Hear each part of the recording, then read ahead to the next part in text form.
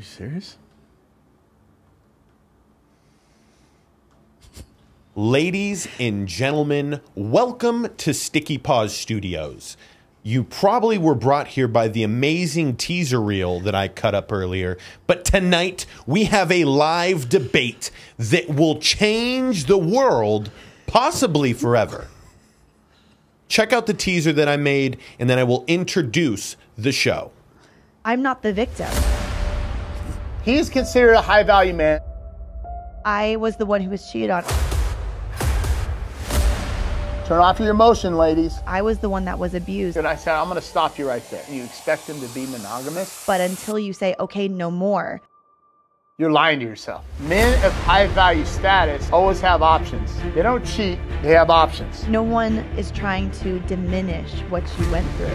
I don't know what to do. I feel like I'm not good enough. Yeah, you don't need to do anything. Guys, you'll get this. If a woman cheats on a boyfriend or husband and sleeps with another man, that's 10 times worse. And you're in control of making your life better. Because women don't cheat for sex or dick. They cheat based on an emotional connection. The modern day woman currently is very masculine.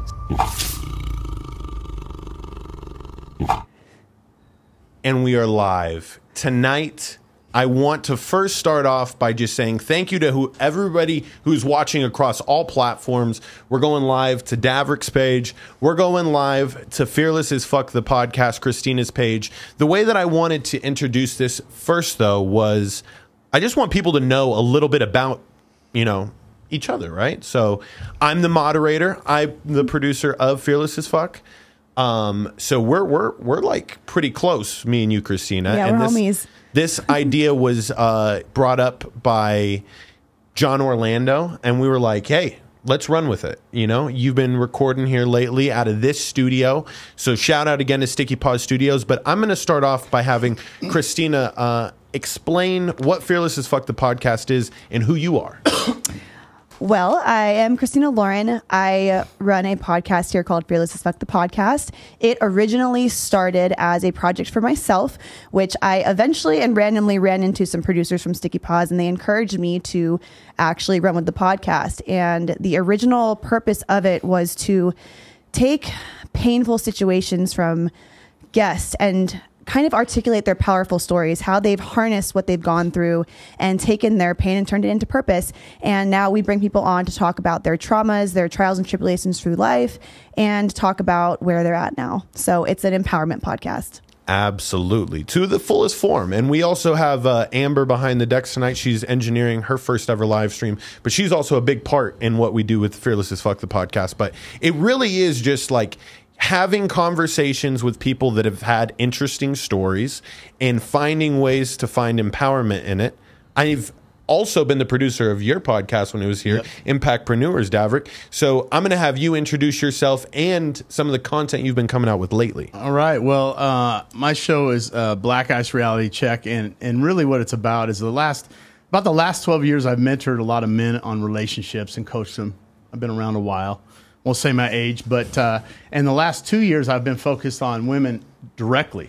And so my goal is to come together and I say give them a reality check, not in a negative context, but just to let them know where they're at in life and what to expect out of a relationship. And so I counsel women, I counsel men, and it's been an ongoing thing. So right now, this podcast has taken off, and it's been my passion.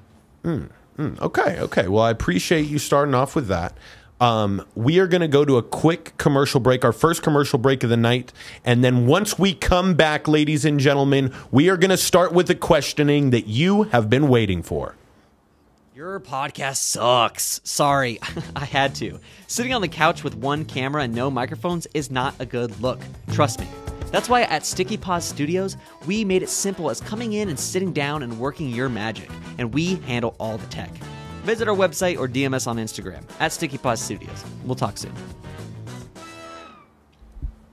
So I said we're going to start with the juicy questions. I'm going to hop straight into it. We're not bullshitting today, ladies and gentlemen. Although these two people in the teaser seem like they're really at each other's throats, it's a friendly environment. Things were kind in the lobby, but now with the questioning, I hope we can remain that type of calmness throughout this, yes? Absolutely. Amazing. Yeah, Okay. listen, I blame John Orlando for that I do too. It's John's fault. I do too. heightened reel. It is John's fault. That made me nervous seeing that reel, actually. Yeah, no. It was the type of theme that we're trying to go for tonight. And so the first question that I want to start with, Davrik, this is in relation to you. How do you feel about households where women out-earn the men? That's a good question. What I've seen statistically right now is that anytime that there's a situation where women by nature date and marry in a hypergamy situation, which means they date up, right? Either by a socio or economic level, right? So anytime that there's a household where the woman out-earns the men, 90% of the divorces that happen in that situation is because they out-earn the man. I think by nature, women date up and they like that. And so what I've seen in several situations is anytime there's a situation where a woman's making 100K and the guy's making 40K, there's a challenge just by nature. Now, I'm not saying it's a bad thing. If that's the way you want to live your life, I'm not against it. But I see challenges with it, and I've seen the outcome be a divorce. Okay. And the way that I'm going to phrase this to you, Krystyna, is let's say you're kicking ass. You're the breadwinner of the house. How do you think that makes your man feel? And how do you feel about women out-earning men in the house? I feel like you see a lot more of it now, for sure. I can say I've been in both situations. I've also never been married. I've also never been in a situation where it's going to be that long term. I have been engaged. In that particular situation, I did not make more than my fiance. But I could see, and just from experience of hearing from other people's relationships, that there have been times where a man has felt emasculated by a woman who is making more than them. And I can definitely see that leading to problems. I mean, it's hard to see a woman making more than you when, as a man, your ideal present, like your ideal, what's the word I'm trying to go for right now? You want to be the provider, the protector, the leader, the person that's supposed to be bringing home that to your household. And if you feel any way emasculated by your woman, I could see that maybe being a little bit of a bruise to an ego in some way, shape, or form. And if those things are not communicated and talked about and you guys are on the same page, I could definitely see it lead to issues. I personally have never experienced those issues before, so I can't really speak on that in a personal level, but I can definitely see it being an issue. Yeah, no. So you guys both see this as an issue. And now, Davrik, have you ever been put in this situation? No. Okay. Most of the time, I mean, and I'm not directing this towards her, but most of the time, women will date up, right? If I ask them what the outcome they want, are you looking to be married? You're looking to have family, children? What kind of house do you want to live in? What's your lifestyle going to be like in the next 2 to 5 years? That all requires money. And how much do you want to contribute to the household bills, right? Is it 20/80? Is it... Do you want to be a full-time stay-at-home mom? What's the situation? And when it comes down to brass tacks, it becomes a high number. And so they look for the top 10% men, high-value men, income-wise, not necessarily lifestyle or network. And so I talked to a lot of women, and they're like, I said, would you marry an average man that makes $47,000 a year? And most of the time, they want a six-figure income earner. Right. Okay. And now we know nowadays in the A market, 6 figures, 100K is nothing. A 250 is the new 100K. But to make that, you're usually dealing with a guy that's very successful in his craft and trade. He's a perfectionist at what he does. He works long hours, and he wants a certain lifestyle. And those top 10% of men, 90% of the women are going after that guy, right? So here we go. He's got options, and now you're like, I want this person. Okay, what value you bringing to the table? But at the end of the day, like Krystyna said, it sounds like, if I'm not mistaken, she's always dated up. Is that fair? Yeah, and the reason I would do that is because I want to be with somebody who's at least bringing in equal to what I'm doing or more. If I have somebody below me and I'm trying to drag them along, how am I going to survive?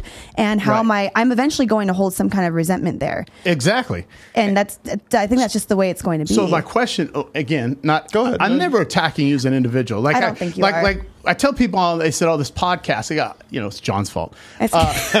But look, and I'll say this on my side, right? If I talk about Andrew Tate or Jordan Peterson or Patrick David or Roland Tomasi, some of the people that I follow, I don't agree with 100% of everything they say. Even my friend Sean outside said he agrees with about 90% of what I say. I'm the same way.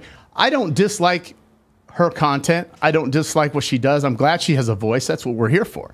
But I might be on a different page. But my question is how much money would a man need to make for you to marry? What's that number? What kind of lifestyle would you want? Are you looking to get married? Are you looking to just be in a common law relationship? Are you asking me directly? Yeah. So this has changed over time. And I can strictly say I've never had a number that I've needed a man to make.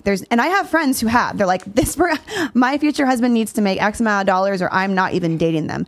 I've never been that person because to me, I'm really into connection. And sometimes I have met people or even dated people and been with people that the amount of money they earned was not a factor in my attraction to them. However, they weren't a bum. Right. They definitely weren't a bum.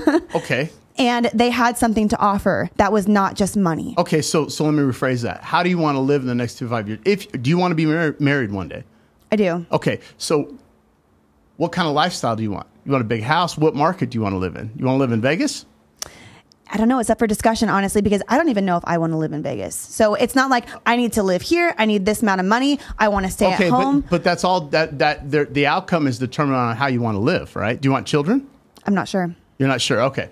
And that's changed over time too. I think that also has changed over time with my partners because I did want children. And then I went through a very interesting relationship that changed my entire view about how I saw relationships in good ways and in bad ways. And that executed some growth. But now it's put me in a position where I'm like, you know what? I'm not really sure because I almost wanted to give children to somebody who didn't deserve it.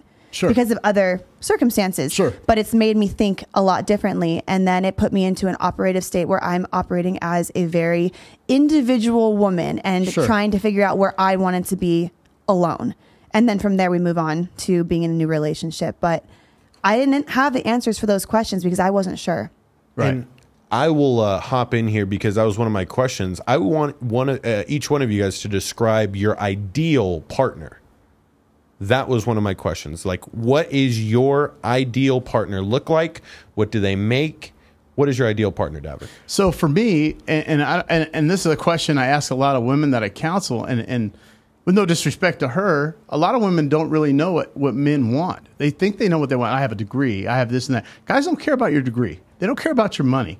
What we care about is young, fit, feminine, attractive, cooperative, easy to get along with, submissive to the man's cause as a leader. Not, I'm going to obey everything you say, right? For me, I found that in my partner who's out in the lobby. Oh, I think we can show the studio audience right now. We got a studio audience. And then, ladies and gentlemen, you can also leave your questions in the chat. Shout out to the studio audience. Leave your questions in the chat. We will be reading them throughout the night. But anyways, back to you, Doug. So for me, what I was looking for was I say this with grace, okay? Hear my heart, not my words. I'm not looking for a partnership. I'm looking for a relationship. I already have my money. I already have my success. I've already established myself. I don't need a woman's money. I need somebody that's going to be there to support me as a man and fulfill her duties in the relationship, right? She was raised, my girlfriend, 3.5 years lived together. She was raised to be a good wife, not a boss bee. I don't need that, right? And so for me, she fills that void, right? I pay all the bills. Some people say, oh, you're a simp. It's like, wait a minute. We live together like we're married. We just don't have the contract for various reasons, right? So she takes care of the house. She helps out with my older kids, right? She's, if you will, the CEO of the house, but I run the family. And so she is that perfect person. Like I said, young, fit, feminine, attractive, able to follow my lead. But again, I think a key relationship, the key factor of success in a relationship, this is not a partnership. It's a relationship. This isn't a business, right? And now if a woman says, well, I don't need to be with a man like that, top 10% high value men are going to be like that. And they have those options to pick and choose what they want. And so I found this person. She's a lot younger than me, right? Right. I met her when she was 26, but I had choices because I put myself in that position. So she is that perfect individual that I was looking for. Right. And now that whole, you had said something there, submissive to a cause, being able to follow the lead in a relationship. I do want to get what your ideal man is, but how do you feel like who should be the leader in the household, Krystyna? There's a few things I'm trying not to. One thing you said, I wanted to ask you a question. So do you think someone can't be a boss bee and a wife? I think they can, but it's the mindset and attitude. And like I said, Are you going to give up your family for your career? Is that more important? Right. Well, that's on a serious note that women have to take in that. Right. So you can have that. It's the mind. It's the masculine energy, right? So women says, "Well, I got this, that." A lot of women, when they describe themselves as a man. That's not what men want. They want a feminine woman. That doesn't mean that you're lesser. It's harder to be a woman of strength. It's easy to be a strong woman. You can say, "Hey, I'm a strong woman.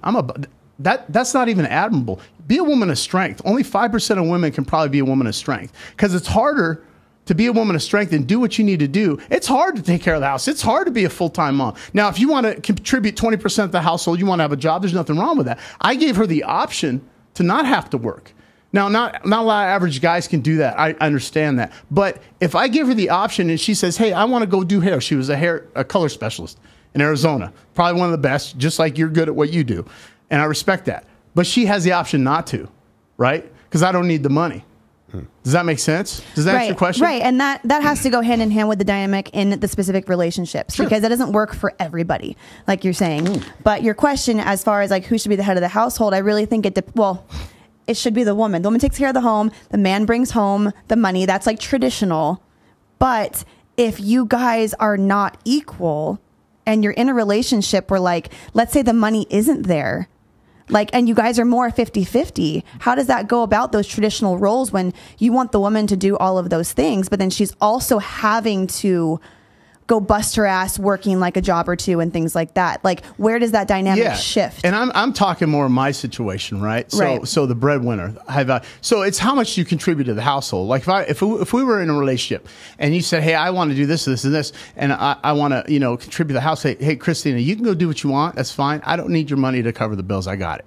Right? So if it's 50-50, yeah, you're going to have to help out. But what you just said earlier, you date up. And if you're dating up at a higher social economic level, that man's making a lot more money, right? So there is a trade-off, right? How much are you contributing to the household?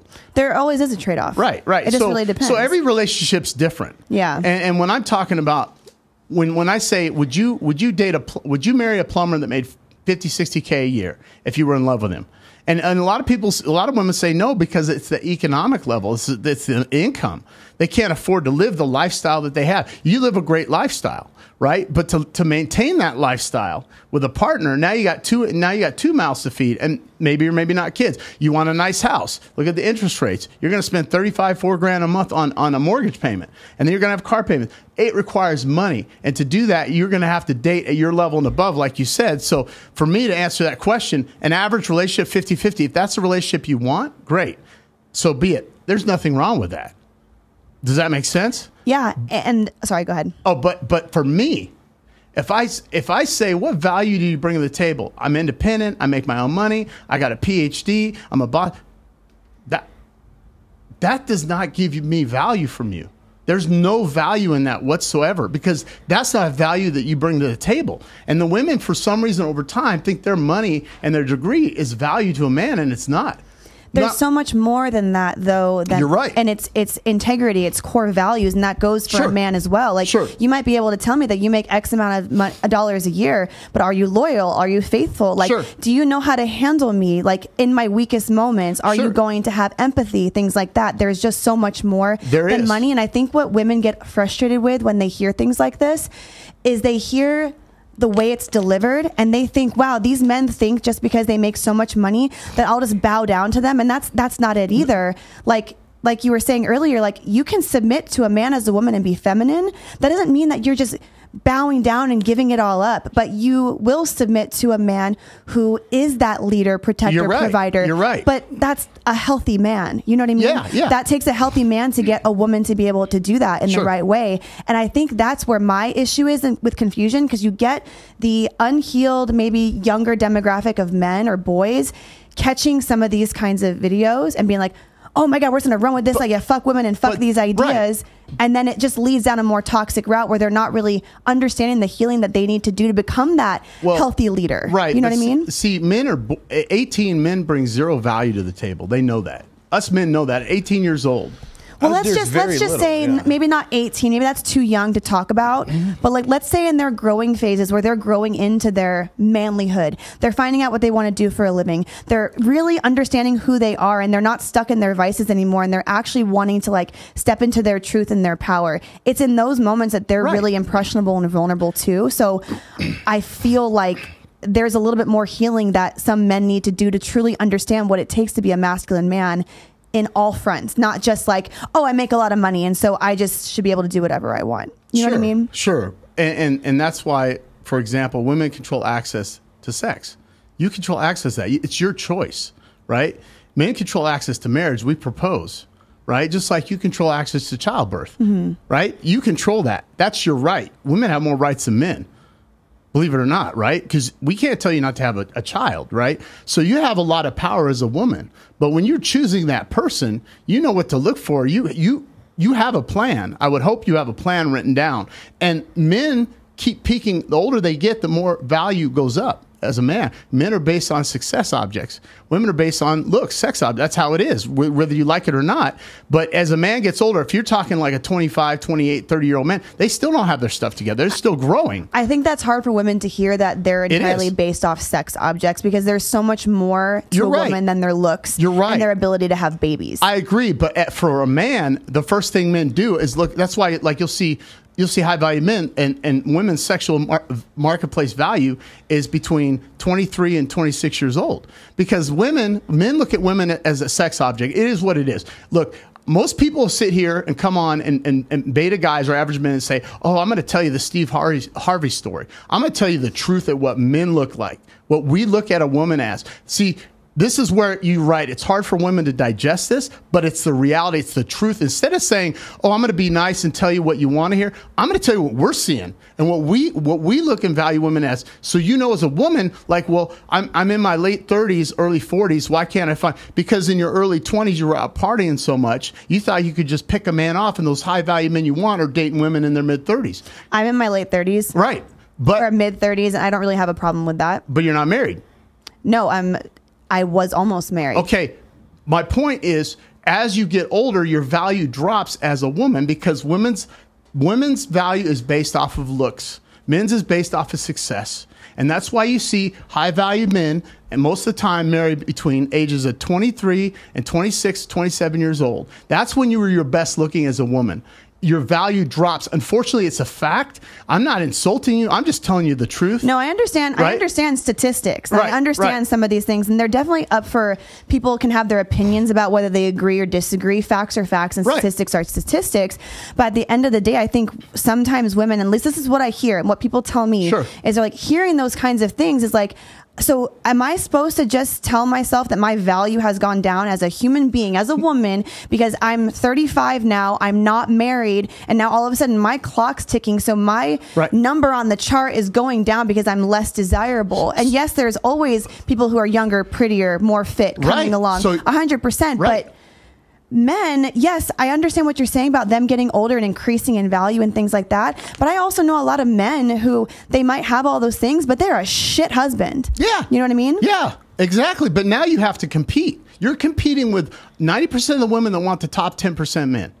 That's what women think that a lot of women assume that they deserve. I deserve this because I'm in my, not referring to you directly. I'm 30. You're telling me I should just lay down. No, but you have to realize that you're competing. Oh, 100%. So what does that mean? What does that look like? Well, these are what the guys want. Fit, feminine, attractive, submissive, cooperative.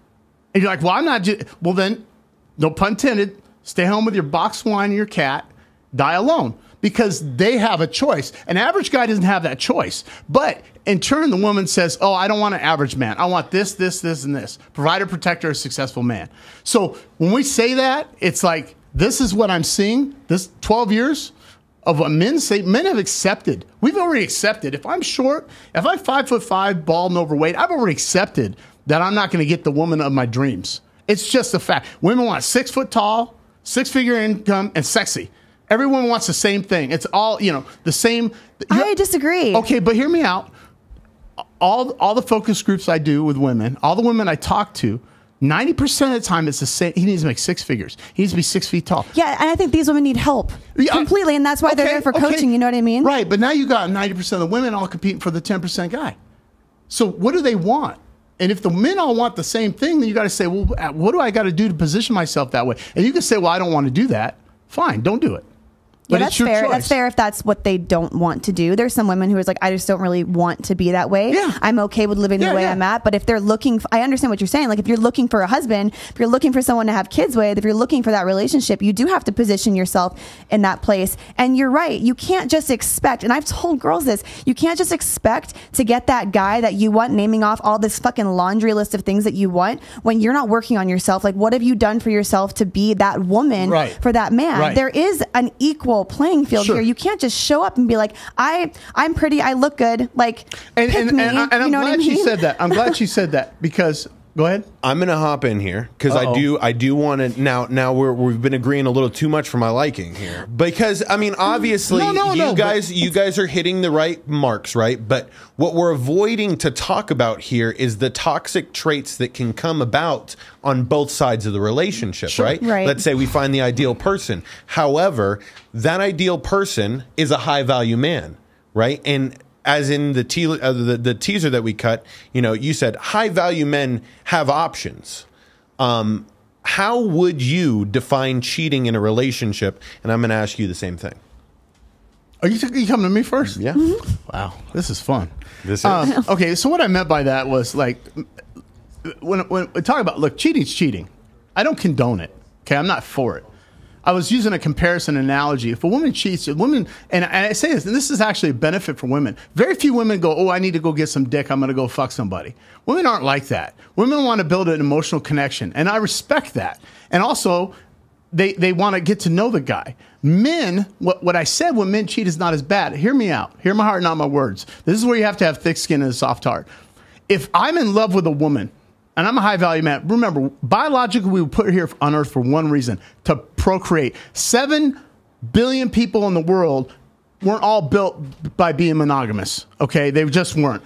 Now, I'm not condoning it. What I'm saying is this. If I go out and I'm in love with a woman in a relationship, and all of a sudden, here comes, you know, the hottest thing since apple pie, right? Whatever. You can pick an actress. You can pick Kim Kardashian if you think she's hot. I don't care who it is. And she is an opportunity where a man's put in that situation, and he slams it. He hits it. Fucks her, right? Does he not love his woman any less? No. She didn't mean shit to him. It was a desire and a need that was biologically wired into him. If a woman does it, she's built some type of connection with a man. She's been talking to the man over time. It was a work husband. It was that guy friend that was on standby, the orbiter, waiting around. It's 10 times worse because she didn't just go out one day and say, oh, look at this hot, sexy Jason Momoa. He wants to fuck me. It doesn't work like that. It does not work like that. It's very rare. But guys, you take a 10, which is paid for her looks, famous model, and she's in a room in lingerie, 9 times out of 10, the dude's going to hit the skins. Oh, you don't love me. No, he still loves his woman, but he's wired differently. I'm not saying it's right, but I'm saying that's the facts and the reality. And I deal with multi-millionaires, 7, 8, 9-figure men. I'm counseling a famous rapper. I hear the stories. I know what's going on. And so I'm here to share with you the facts and the reality that when you're dealing with high-value men, the chances of monogamy are slim, very slim, because he has all the options he wants because all the women are competing for him. Does that make sense? If you line up 100 guys, 10% of those men are fucking, the other 90 aren't. And women think, oh, all these guys are. No, they're not. They're not even having sex at all. Women have more access to men like never before. Right now with all the social media. And I don't. And so hold on. Okay. You're an attractive woman. Okay, fair to say. If you got on the phone right now, you could go have sex right now. Do you know how hard it is for a man? Very difficult. Very difficult. And even a mediocre-looking woman, a 4, she can do that. A 3. Guys, unless you have a blue check mark and you're Drake, it's very hard to step out and say, hey, I'm going to get laid tonight. You know what I mean? Mm-hmm. So, go ahead. Yeah, so, I mean, you took it to the length of, like, what people would consider cheating, right? Sex. Now, I feel like maybe this might come from a woman's side, where cheating starts way before that. Does it start with objectifying? Does it start with messaging other people, liking Instagram posts, stuff like that? But that was a very good explanation, Daverick. I will say that was spot on. How do you feel? I feel like, I mean, I think there's men that could agree with this too, that cheating doesn't start at sex. Like, I think cheating starts way before sex actually happens sometimes. Okay. And what you were saying as far as like I don't want to say it's validation, because I know you did not condone it. And I've never thought you've condoned cheating. Like, I've talked to you before. But when you kind of like give that like reasoning out loud to somebody, I feel like it's really hard, because you're not talking about communicating with your partner that you need to be in an open relationship and this is just what you do and this is what your needs are. Cheating is betrayal. Cheating is going behind someone's back and literally doing something to them that can completely alter their state of reality for the rest of their life on how they see things, how they develop, how they see relationships, turning into masculine women. You know, there's so much that can happen there from betrayal. And on the counterpart too, men getting cheated on. Some of my best friends have had that happen to them, and it's scarred them and it's hurt them for a very, very, very long time. So cheating in general hurts. Okay. You know? Yeah. So I get what you're saying about how women cheat from an emotional standpoint. Normally, if they're cheating, it's because something's been going on in the relationship emotionally where they're not fulfilled, and they're starting to resort to finding that void filled with somebody else, sure, which is deeper than just something physical. Yep. I completely agree with that. But I don't think that it hurts less, because the betrayals that I've had in my life scarred the fuck out of me. Oh, absolutely. You know what I mean? Absolutely. And it's not so much even the physical act. It's what went into that. You know, so yeah. I think that statement flares up a lot of emotions, sure, because it's like, well, fuck, is he saying that like, because I'm a woman and my guy cheated on me, just say whatever, because it's a physical skin on skin act, it still does damage. And I think that's where there's like a hard. So would it be fair to say you want a traditional man in a relationship, right? Mm-hmm. Would it be fair to say you're a traditional woman? That I don't know if I can fully say that like 100%. Like, you know how you're saying, like, you can agree with somebody. Well, I can answer for the that. most part, yes. Okay, but would a traditional woman have her body half naked on Instagram? See, that's where I but hear me out. And he said cheating, liking something. If you're showing your body to men on the daily, okay, and I don't have a problem with what you do, mm-hmm, but you're exposing yourself in a sexual way, right? You're condoning that. I think it's based on the partnership. I think your partner would have to really be comfortable with your line of work. You want a traditional man, but see, this is the problem with a lot of modern day women. They don't want to be a traditional woman. But I do. Okay, so if you were with a man, the love of your life, and he was the perfect guy that you created, God broke the mold, if you believe in God or not. I'm not here to preach you. And that's the guy who says, Krystyna, you're in love with me. You do anything for Yep, I'll do anything for you. You do anything for me. I want you to close your Instagram account. Would you do it? If I didn't have to rely on Instagram for work, and this was the perfect scenario where I knew this was my husband and this is going to be our life, and he wasn't taking away my passions, which I have to be online for competing, I have to be online for my podcast, I have to be doing things with my physical body for my career. Sure. I would not take away what makes me Krystyna. But then you're not being traditional. Like I said, I don't think I'm 100% a traditionalist. Okay. There are traditional values that I like in my relationships, but I can't tell you that I'm a traditional person, because to me that's like taking away my essence. Okay, but why would you take that away from a man? Why should he be traditional to you? I'm not saying he has to be 100% traditional. I just prefer monogamy in my relationship. Okay. As Krystyna, I think monogamy is sexy, and I like being with one person, and I like that one person being with me sexually. Since day one, since the dawn of time, men, even like Solomon, had 700 wives, 300 concubines. Men have never been monogamous. We just were forced that way by the social society, right? Biblically, morally, or ethically. Yeah, I'm not here to say any of those things never happened. But I'm just saying, if that guy's traditional, he's going to be loyal to you. See, you're not. My point is this: is you're trying to find this guy, or maybe you have that guy, but then you're not willing to give up what it takes to you see, it's not a fair exchange. I never said I wouldn't be able to give up certain things to meet in the middle for the relationship that I want to be in, that's providing me the container that I would like. If that, like me and my boyfriend currently have had these discussions about certain things because there's certain things that he likes, doesn't like, and same here. Sure. But we're going to meet in the middle, because there to me is no like black and white way to run relationships anymore. There really isn't. There's so many ways, whether it's open, whether it's 80-20, whether it's completely monogamous, where it's polyamorous. Like there's so many ways. So you really have to find what works for you and your partner. That may be combining some traditional ideologies with also some more maybe off the cuff ways of living. And for me, my partner is not intimidated with the way I am on Instagram. It doesn't bother him, but there are lines and there are boundaries that I would never cross, and I would never do that because I know it would upset him.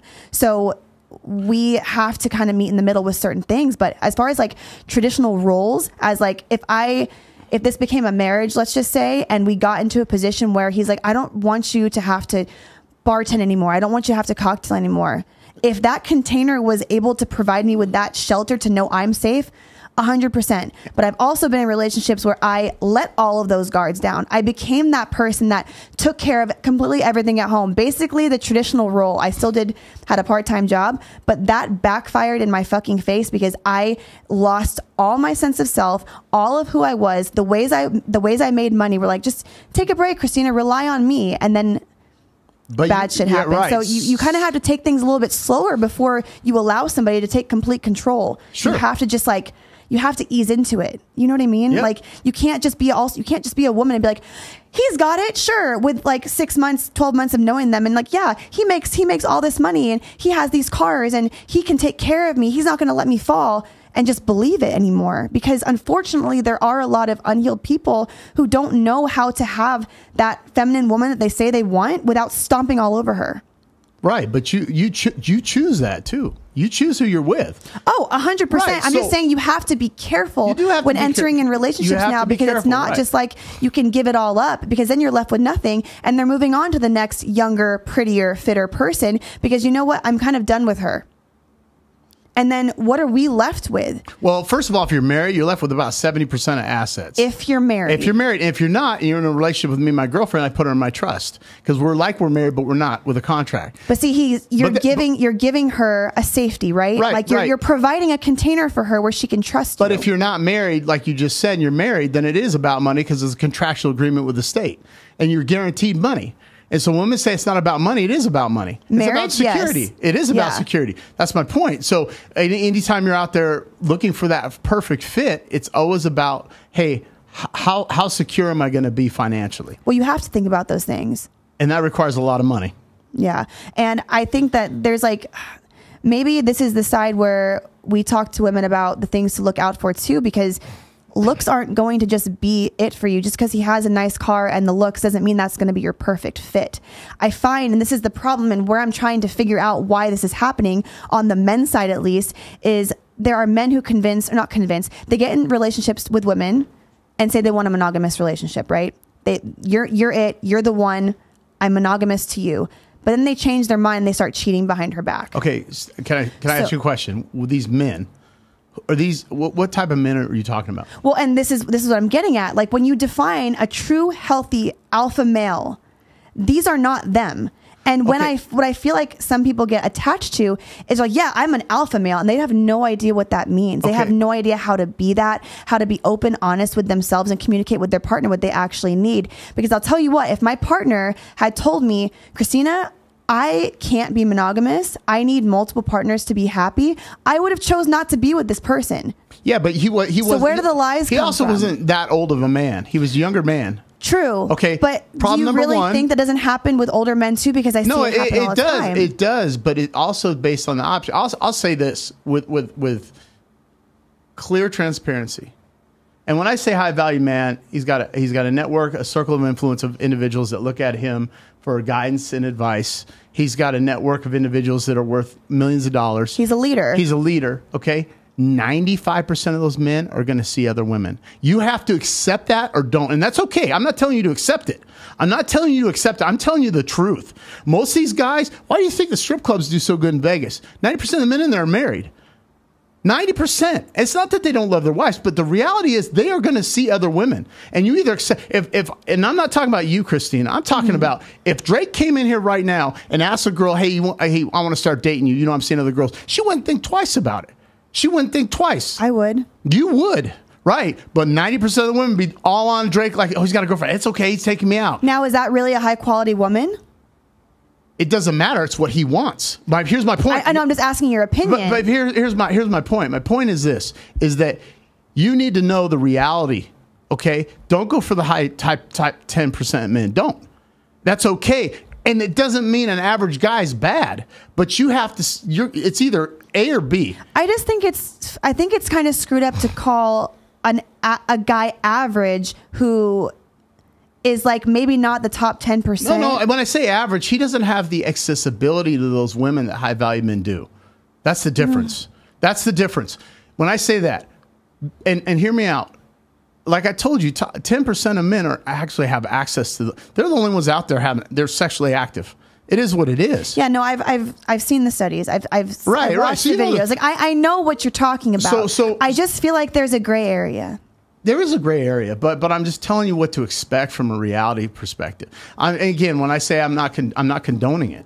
But you're also speaking to a woman too who is not a money chaser. Like I'm not that person that chases after somebody who has all the money. And that doesn't mean that I don't chase after a high value man, because to me, my standards of what makes a man high value are based off things other than money. Yeah, it is always based off. Yeah. So yes, like that might be the statistic of what that like top 10% looks like. But just because maybe I'm not going for those kinds of men, I'm not attracted to those kinds of men because of a certain, I don't know how to explain it, but it's just not my vibe. But you still don't know what you want. I do know what I want in a man. It might not be what they have as their career. I just want someone who's passionate about what they do, who loves what they do, who knows who they are, who's doing the work on themselves, and can come together with me and honor the fact that we both have been through whatever we've been through in our lives, and we're going to help each other become the best versions of ourselves, and is doing just as good as me or better. I don't need them to be somewhere high in the sky with their fucking Lambos and their big houses. Is that great? Sure. But that's like the icing on the fucking cake to me. Sure. But this is just me personally. Well, right, I understand that that's not necessarily like a percentage. So we need to take a little break on this right now. We're going to shout out Sticky Paws Studios one more time for this live debate, and then we will be back with more questions, including YouTube comment questions. So make sure you comment your questions down below. See you after the commercial break. Social media in 2021 has never been more important, so you have to stand out from the noise. Podcasting is one of the great wonders to start creating content for your brand. At Sticky Paws Studios, you have a professional studio with audio and video podcasting capabilities to hit every angle of your market. We have in-house editors who are ready to create micro pieces of content from your podcast to post on social media as well. You come in, sit down, and we handle the tech. It's that simple. Visit our website or DM us on Instagram at Sticky Paws Studios. See you soon. So, we've been having a lot of people commenting on YouTube. Shout out to Rolo Tomasi and the Access Vegas crew. We also have Michael Sartain in the chats. I'm going to scroll up here because Rolo has been, describing some of the things. He said at a point, women's potential husbands had an average income that was about 58% higher than the actual unmarried men currently available to unmarried women. I'm trying to find a question. Oh, should marriage be an equal partnership? That's the question we're going to ask. That one from Rolo. From who? We'll start with you. Who is that from? Rolo Tomasi. Oh. I don't think so. And this is just my personal opinion. If I'm going to get married, I feel like I'm entering into something where I want the man to, don't look at me like that. I want the man to listen to me. No, I'm just Look how romantic I'm trying not to Can I get a laugh. divorce over here? You see her? She looked at me where I want the man. No, I look over and he's staring at me. Dude, I'm not your dude.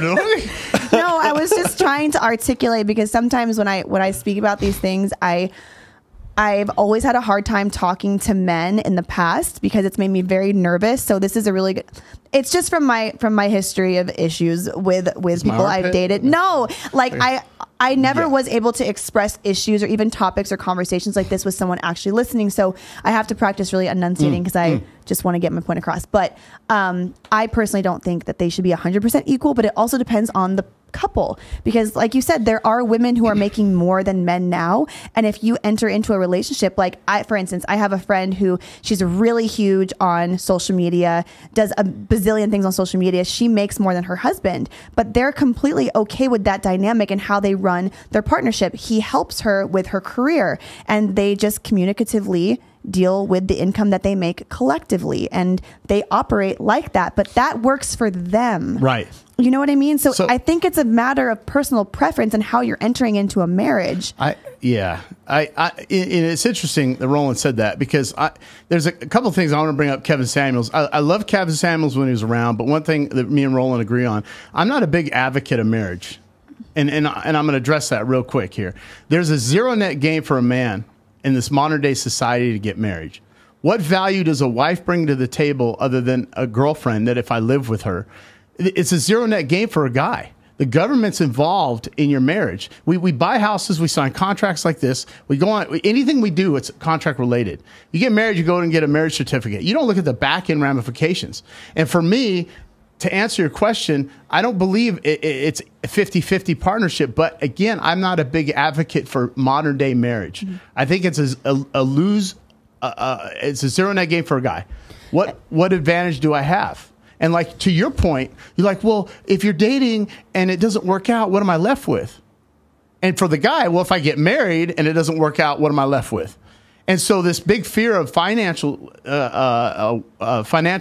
losses and gains comes in the picture when you come into marriage. And I believe right now, for me to sign a contract, I've been married before. We left on good terms, 16 and a half years, got 2 beautiful kids from it. We're good friends from a distance. I made that choice, but I also paid the price financially. And so I don't believe in equal 50-50 partnership in a marriage. I just don't agree with it. Okay. That answers that question pretty much. My next question, as I go on to your YouTube account, I'm going to be checking out everyone who's on Black Ice's YouTube. Leave your questions. I'm going to see those next. My question, though, is to you, Krystyna. What separates a man whore type person and some guy that you should take seriously? Because based on what we've been hearing here today, that guys at that high level could have a lot of options and do whorish-like things. What separates like a whore from somebody you should take serious? I think it's honesty. Because I'm not here to condemn anybody for what they do sexually or how many partners they have or how they want to live their sexual life. For me, I personally wouldn't want to go after somebody who's fucking everybody. Like, if I hear that you're just that person that's going around and like, I can't think of one person you haven't slept with, that doesn't make you appealing to me. But I don't think I would condemn somebody for their sexual preferences and like how they're living their intimate life. But I would have to take into consideration like what that looks like to me, because I still like somebody who knows how to control their sexual urges and isn't just fucking around to fuck around. So like somebody who's like kind of like seen it and like done it, but understands that difference. So body count matters to you. I don't know, because I wouldn't know. I wouldn't ask someone their body count. I just think that somebody who has control over their sexual urges that like proves a little bit of masculinity. Like See, but same question. Just the control. I'm not saying be celibate. I'm just saying like just give a bit. Just don't be celibate. What's that? Give a bit. Just don't sell it. Just don't give it up to everybody. Like, I feel like if you can control your urges to like ejaculate, essentially, that's control over your masculinity a little bit. But we're also adult humans. Like, we're sexual beings. But it's hard because you hear a lot of men judging women for their body count. But it's a factor to men. Oh my God. So why shouldn't it be a factor to women? Because it's a lot harder for a man to have sex with a woman. But why should it be different though? Like, because as a woman, you have more control. You can go have sex with anybody at any time. But I should have self-control to not go. There's a thing called pair bonding. for a woman. After 5 sexual partners with a woman has in her lifetime, she has a harder time pair bonding with a man. That's a fact. And so the more men you have sex with, the harder it is, and you lower your chances of pair bonding with an adult male. Well, that's also like saying like men watch too much porn and go fuck too many girls, and then they have an issue bonding with a real like intelligent, healthy female because they're used to all this bullshit. But the fact is, body count matters for a man. And so you can sit there and say, you said it doesn't for the other way around, but I just told you why. So for example, and she's in the other room. She was 26 years old when I met her. She'd been with 6, 7 guys. Perfect. I met her in a small town, Tucson. Great. I didn't go to LA. I didn't go to Vegas. I didn't go to Seattle. So right? What if you had met her? Bless her soul. I love her. Like, what if you had met her just like she is, but her body count was higher? What's high? What I don't know. What's high to you? If it was over 12, I'd be like, I'm out. Just based off the fact that she slept with 6 more people. She brings too much baggage. She's ruined. She brings a lot of disqualifications to the table. And somebody had mentally messed her up. If she's been with that many men, there's no value for me as a man. But I have a choice. I have that choice. And so for me, it's like, you know what? That body count's too high for me. Other men, it might be 20. But I guarantee you, if you line up men, and a lot of successful men, they're going to say, hey, look, I don't want a woman that's been around. That's just how we pride ourselves, because we know that you have control over of sex. But you control should access have to control sex. Too. Right, but for most guys, they don't have sex. And so for a guy out here that's had sex with women, he's had experience. That's actually, wow, dude, you've done that? When you said you don't care. You just said you don't care. Like what I said earlier. You don't want a male whore. I don't want a whore, but I don't care about how many girls you've slept with. Okay, there you go. So if I said I've been with over 100 women, and you're like, that's a lot. Well, I'm 53 years old. I've been married twice. I started having sex when I was 15 and a half. Good job, Dav. Maybe it's a good job, bad job. Do I regret some of them? Absolutely. But if you told me you had But why does that ruin a woman to have her body count be a little bit higher than what you expected? I told you pair bonding was one of them, right? And also, she's too promiscuous. And men don't want that. They don't want a promiscuous woman. But what if she's not promiscuous when she's with you? To me, it matters. Like, if you've been with a lot of guys, it's like, look, I'm not even interested. I don't want to use this analogy, but it's how do I say this without being, I'm not disrespecting you. But it's like too many people have driven that car. Well, that's how I feel about guys, too. But you don't. You just admitted. To an extent. You said currently, not past tense. Yeah, but to an extent. If you were a whore, I would not date you. Well, of course not. And to answer his question. And that's just because I don't want that energy in my fucking space. To answer his question, at my age, I'm desensitized to it. I've seen so much tits and ass. Girl walks in here naked right now. It's like, I've seen it. But you get a guy in his 20s, mid-20s, that you were with, and we're walking. You ever see a dog that walks in, you go to a person's house, the dog's humping the leg? That's a mid-20-year-old guy. That's an 18, 19, 20, 25, 26-year-old guy. They're full of testosterone. They're walking around humping 24/7. And then you're like, he cheated on me. Dude, he's 25 years old. But you still shouldn't have to cheat. Just break up with your girlfriend. He's not trying. But see, this is, I hear where you're coming from. In my mind, it's just a little bit more, I don't want to say it's simple, because I get that there's issues. I get that there's trauma. I get that you don't know how to do it. But the mere fact of like betrayal and cheating is so much deeper than just being like, oh, well, I'm a guy, I'm going to go fucking do this, and it just is what it is. There's stuff that comes with that you dump on the other person. You want to say that women come with baggage? You don't think that this baggage isn't created by sometimes them getting cheated on? Absolutely. And men love unconditionally, women don't. Women love conditionally. Men actually take it harder than most women think in a breakup. We're the guys, a lot of men, look at the men that go to prison, look at the men that commit suicide. It's 10 times higher than women. Men suffer a lot worse in a breakup than women. It's more, they internalize it because more. we love unconditionally. Women love conditionally. If they fit the needs and they check all the boxes that they're required when they meet the guy and they stop, they love conditionally big time. Guys, for a guy to get out of a relationship and divorce, you literally have to be screwing a person. He has to catch you. Men will stay in that relationship most of the time, and that's why you see these women leave relationships. 70% of the divorces, the women are leaving. 70%. The women leave. I'm not happy. What do you mean you're not happy? Who said marriage was about being happy? Who told you that? Have you heard the vows when you get married? There's nothing about being happy in there.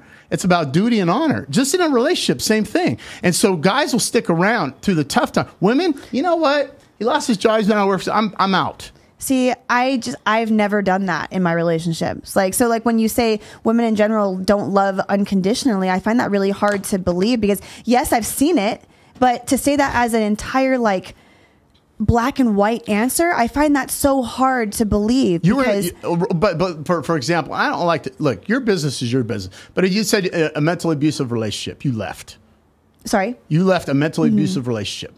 Maybe it got worse. Right? Conditional base. Guys will be in a mentally abusive relationship and stay in it forever. But I did. That's what I'm saying. But you left. But you left. After 2 fucking years of unconditionally loving someone, trying to see them through fixing their issues and helping them understand themselves as a man. You can't fix him. And I was there. No, I wasn't trying to fix him. I was trying to unconditionally be there for him while he did the work. Okay. And eventually I got to the point where I'm like, I can't do this anymore. You left based on conditions.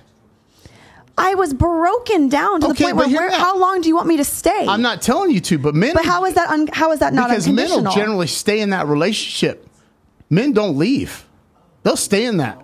And they'll deal with it and accept it. Deal with what? It was his shortcomings. Okay. You know what I mean? Reverse the roles. But I guess this is also situational. This isn't speaking on like a generalized thing. And I don't know, not everyone knows exactly what you and I are talking about. No, it's not their business. Yeah, it's really not their business. But what I mean is like in a situation like that where it's becoming one-sided where, yeah, as a fiance or as a wife, it's for better or for worse, you're staying with your person trying to help them through their... and I understand a physically abusive relationship. I get that. I'm not condoning that. Like, get the hell out. Yeah. I get it. Nobody deserves to get physically abused. Mental abuse is bad, too. Almost as bad, other than the bruises. Yeah, because the emotion and the mental stuff lasts a long time. Right. But the vows say what? Till death you part. What's the rest of the vows?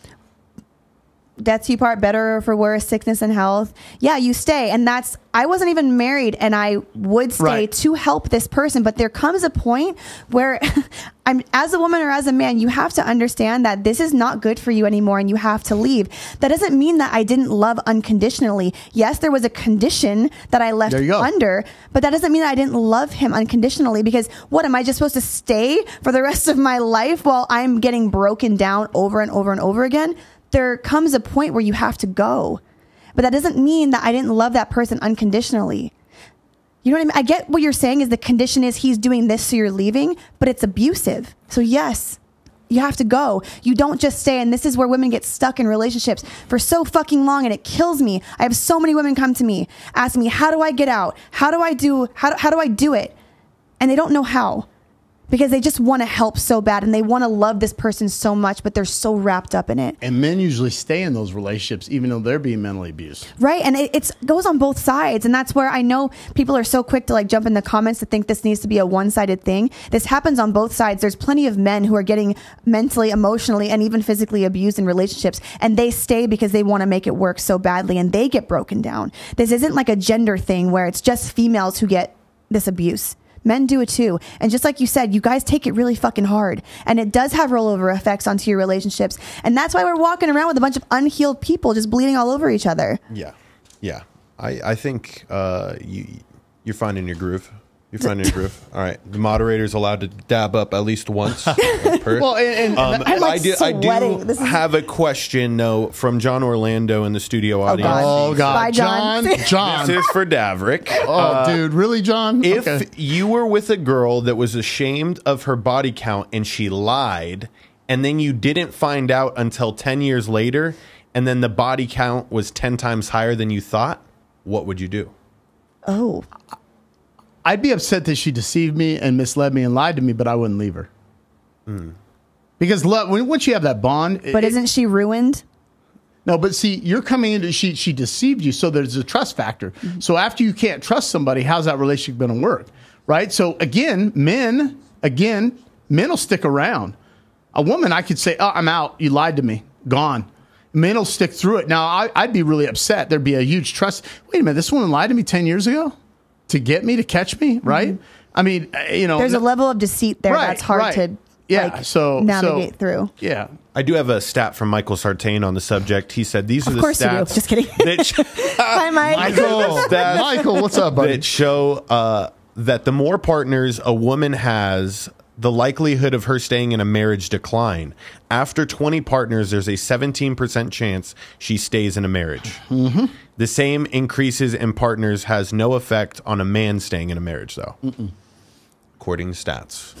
Fact check. Fact check. Fact check. No. Okay. I do want to hit this from a perspective that I feel like both of you guys will feel very strongly on. Uh-oh. Lately, okay, we've been seeing a big push and promotion of plus-size models in the world being shown everywhere. Victoria's Secrets is coming out with her own line. Now, we do like the thick women, but is the promotion of what people would consider unhealthy models bad for our society?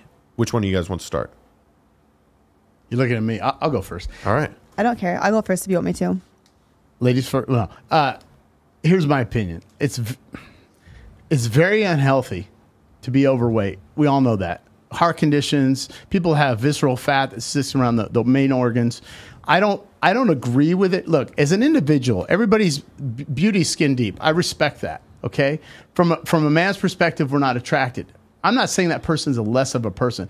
I don't agree with them promoting obese women or overly sized women. I think it's a bad message that's sent out to young women and people out there. But then on the flip side, someone could say, well, you know, if you're promoting a Barbie doll look type shaped body, that's bad too. But you know, she's a fitness girl, and I respect that. What she does is hard. My girlfriend as well competes, but I just think that society is trying to accept something that shouldn't be accepted. I don't agree with it at all. I think it's a bad look. I think it's very bad for society. And you're seeing that overweight women are being accepted more and more because, hey, I'm overweight, I'm beautiful too. Well, it's unhealthy. It's unhealthy. Americans are overweight by naturally overweight more than any country in the world. It's just not healthy. I don't like it. I think there's a fine line because I agree that promoting obesity in a way is not healthy to create that okayness with it's just okay to be overweight. It's okay to be in a position where your health's at risk. But I also can see how it can really affect women in a way where, let's say it's not so much anymore when like runway models, they were all stick figure 90-pound They still are. girls. Yeah, you know what? They still are. And people were like preaching that was the ideal image of beauty. Right. And you have so many girls who are trying to obtain that. Just like now it's all about this fucking surgeries and it's getting out of the BBLs it's out of control. And the Fashion Novas of the world and the Sheens of the world, the things that we see all these models wearing, it encourages the younger demographic of women to be like, this is what I need to look like. So there's toxicity on that side, but there's also toxicity on not having companies show different body types because it also contributes to the level of depression of people who are like, well, I'm not this Barbie doll figure. I'm not this fitness chick. Well, what would I look like in those clothes? They don't have anybody who looks like me. No. So there's a healthy balance, I feel like, of promoting all shapes and sizes of people because we're all human and we're all walking this earth. But there's a lot of like, what's the word? It's like the opposite of fat shaming. It's almost like encouraging the stay how you are. This is great because that's like more like on TikTok, you know what I mean? Right. I can't like think of like the specific videos, but they'll make it so it just seems so normal to be completely obese, And which they should normalize is it. not, it's not healthy. It's not healthy. But I am all for promoting be happy in your skin Sure. and, you know, embrace yourself. But It's that whole wokeism movement, in my opinion. I just think it's unhealthy. I agree with what she's saying. But then on the same side, like you said, the BBLs, the lip fillers, out of Botox. fucking control. You guys are competing on yourselves on that. Guys aren't telling you to get a BBL. Yeah. So But here's what's tricky, though, is like, I agree, but there's also so much promotion in the content that men consume that are of these kinds of women. Yep. So it kind of like fits the narrative to like make women think like, okay, this is what's considered attractive. Yes, I think women are doing it to women for sure, but men eat that shit up. You know what I mean? Like, so it's confusing. You could tell me that that's not what's attractive, that's not what you want, but it's also a matter of opinion. Sure. Like, it's being pushed to the point now where it's almost the norm. It's a you know, lip fillers. I get it. Whatever. You know, women. And again, I'm not beating up on women. You know, my girlfriend will do lip fillers. Great. You know, do some Botox. Great. I've done Botox. I'm old, right? Whatever. But I'm like, guys are like, is that a real ass? Like we're in lounges level. or we're out. If you go into Vegas into a casino. I mean, literally fake. But now it's accepted because it's mainstream, right? We're going to be cyborgs in about 10 years. Nobody will be real. Yeah, no. So, I mean, talk a little bit more into that, though. Now, you were saying like the society is pressuring us. Now, would you say more of the pressure comes from the men or women? Because my next question was going to be, who do women dress for? I don't even think it's necessarily like which gender is doing it. I think it's like it's the media, it's the clothing companies, it's the magazines, it's the celebrities. I don't think that it's like, okay, well, women are doing all these things. Let's do it more because all the women are doing it, or like the men like it, let's do it for that.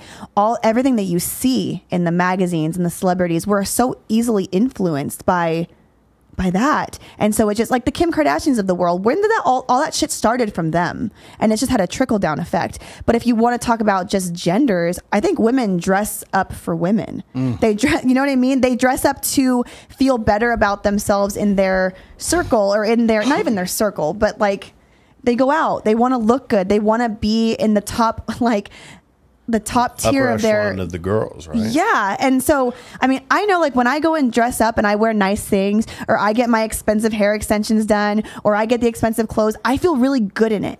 And so I like how I feel in it, but I'm not unless I was like 80% of your followers are probably men. Probably. And it's because of how you're dressed. But but you know that. And yeah, so and if you went to an all-woman club, I would still dress like I do. Okay, great. But women don't do that. They go and they show off their body. They show off their physique, and they know who's looking at them as men. I guess it's different like for an athlete, because this is really hard for like, you're not. I get what you're saying, but hard it's work. like, oh, you put makeup on for yourself and not men, right? It's like, well, go to bed with your makeup on. No, it's not comfortable. Okay, exactly. But when I go out, I want to look my best yourself, because right. I like how it makes me feel. But you know you're attracting men. Well, I mean, I could walk out with no makeup on and I can still attract a man. You can attract men, but you also. So I don't want to say I do it for a man. I don't go and put mascara on and fake eyelashes for a man. This is like, I wouldn't show up today without putting myself together, right? But that wasn't for you. Wasn't for George. Well, you didn't do it for me. But you didn't do it for me. I'm offended. You know what I mean? I wore these overalls today. He told me it was on for you. But no, but realistically, women know exactly. They put that dress on. They go out. They know exactly what they're doing. But don't you feel good when you wear your best clothes? Like, doesn't that make, like, forget everybody else, forget your girlfriend, forget like your guy friends. Like, doesn't it make you feel good to dress up for yourself? I don't need to dress up. Doesn't it make you feel good to put on a nice pair of shoes, an expensive ass shirt, and a nice fucking watch? Yeah, it is what it is. But when I go out, I'll wear jeans and a t-shirt. That's it. Everybody's like, you don't dress up. I don't need to dress up. Well, no one has to, right. But it makes you feel fucking good, doesn't it? Does make you feel good. And a high value man, a high value woman can hold themselves to a standard where they want to look the part. Well, then Dan Blazarian with a t-shirt and shorts. Well, not that they have to do it. Well, Andrew Tate with a black t-shirt. You know, when you have fuck you money, you can do whatever you want.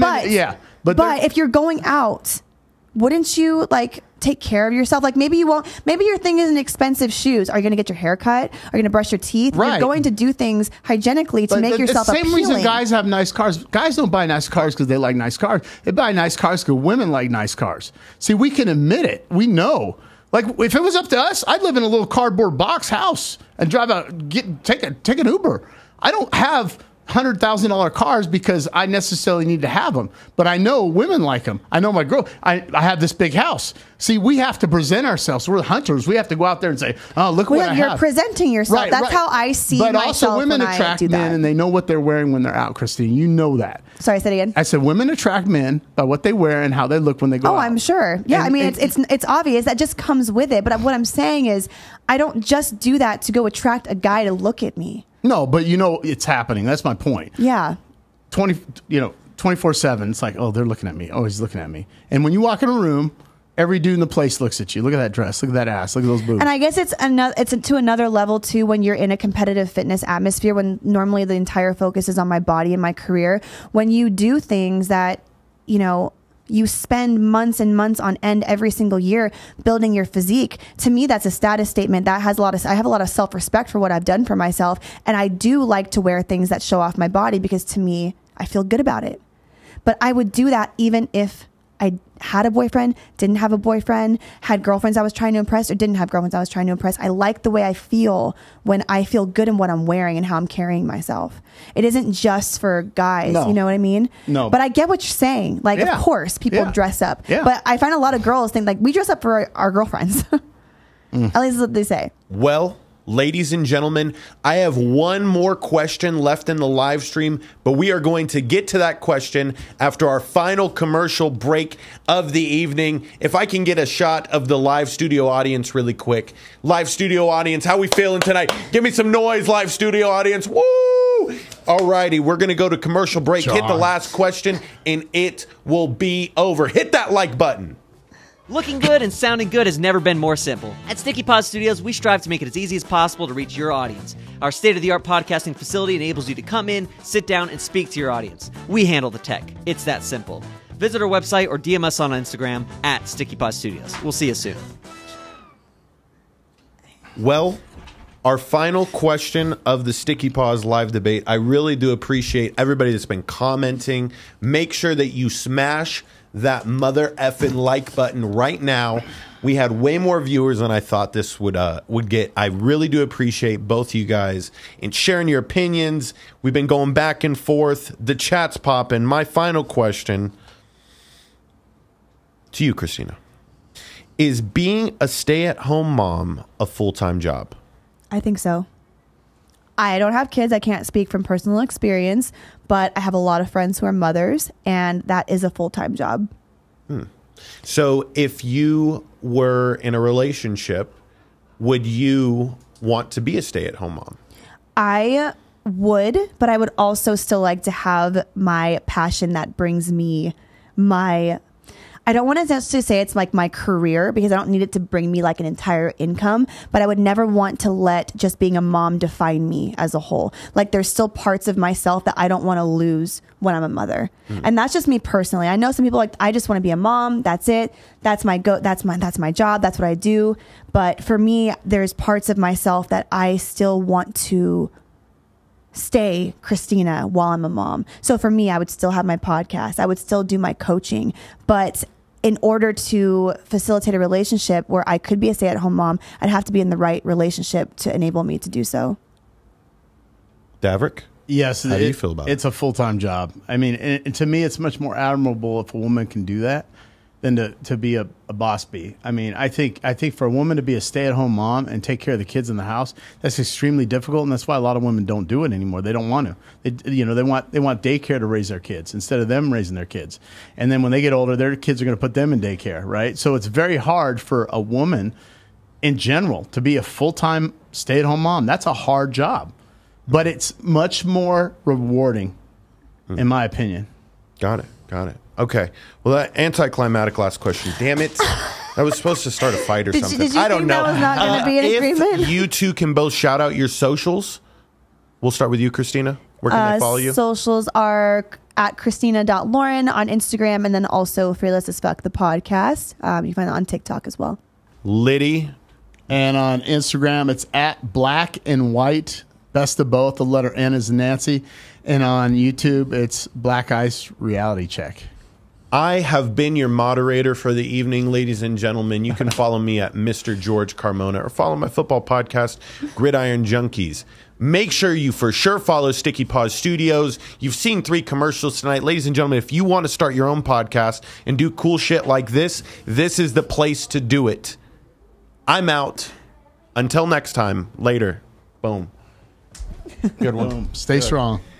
Sick. Podcast sucks. Sorry, I had to. Sitting on the couch with one camera and no microphones is not a good look. Trust me. That's why at Sticky Paws Studios, we made it simple as coming in and sitting down and working your magic. And we handle all the tech. Visit our website or DM us on Instagram at Sticky Paws Studios. We'll talk soon.